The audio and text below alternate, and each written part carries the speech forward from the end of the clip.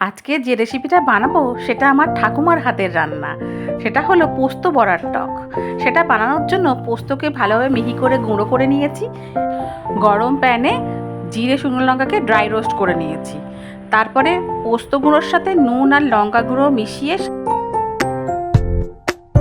জল দিয়ে মেখে বড়ার আকারে কয়েকটা গড়ে নিয়েছি। তারপরে প্যান গরম করে সর্ষের তেল দিয়ে দিলাম।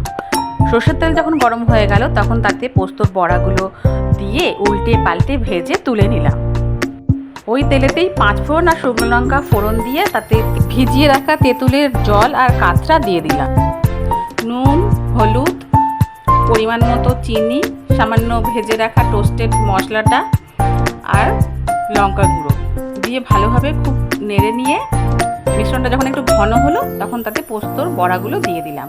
দিয়ে একটু ফুটিয়ে নিলাম, ব্যাস হয়ে গেল পোস্ত বড়ার টক।